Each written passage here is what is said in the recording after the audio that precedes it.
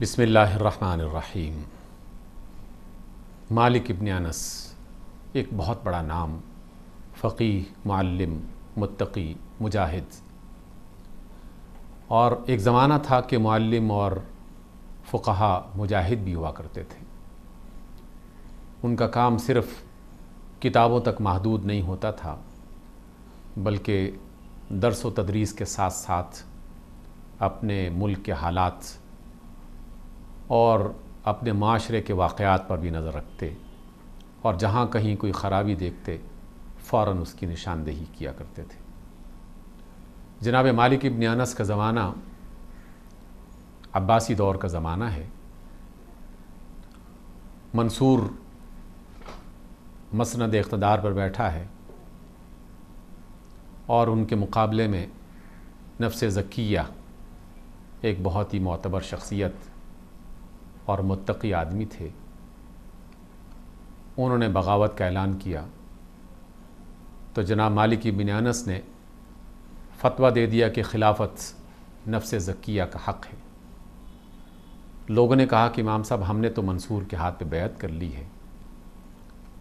تو مالک ابن انس فرماتے ہیں کہ منصور نے جبراً بیعت لی ہے، اور جبر کی بیعت جو ہے یہ قابل قبول نہیں ہے، بالکل اس طرح کے جیسے جبر کی طلاق واقع نہیں ہوتی۔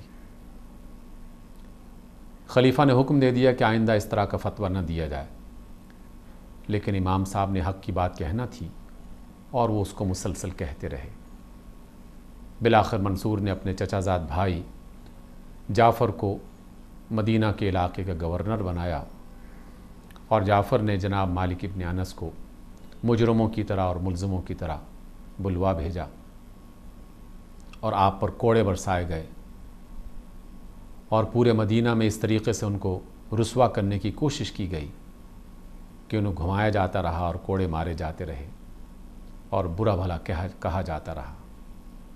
لیکن مالک ابن انس جو معلم اور استاد اور فقیہ اور ساتھ ساتھ اللہ کے دین کے حفاظت کرنے والے مجاہد بھی تھے، بآواز بلند مدینہ کی گلیوں میں یہ کہہ رہے تھے کہ جو مجھے جانتا ہے وہ تو مجھے جانتا ہی ہے، اور جو مجھے نہیں جانتا وہ بھی جان لے کہ میں ہوں مالک ابن انس، اور میں نے یہ فتویٰ دیا ہے کہ جبر کی طلاق واقع نہیں ہوتی۔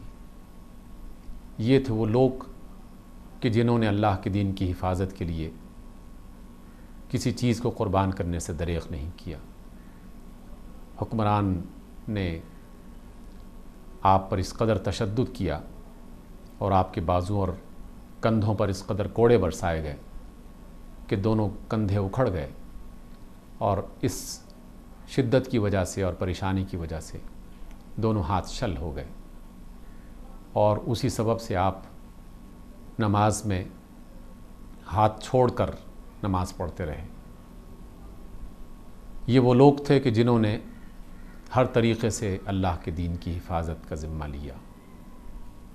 اہل علم کا یہی فریضہ ہے کہ کتابوں کا علم صرف کتابوں تک محدود نہ رکھیں، بلکہ اسے معاشرے کی مختلف معاملات پر دیکھتے ہوئے اس کی تطبیق کرنے کی کوشش کریں، اور جہاں کہیں کسی خرابی کو دیکھیں اس کا ازالہ کرنے کی اور اس کے بارے میں مناسب رہنمائی کرنے کی کوشش کریں۔ یہی اہل علم کا فریضہ ہے۔ تمام اہل علم کو اس کے بارے میں ضرور سوچنا چاہیے۔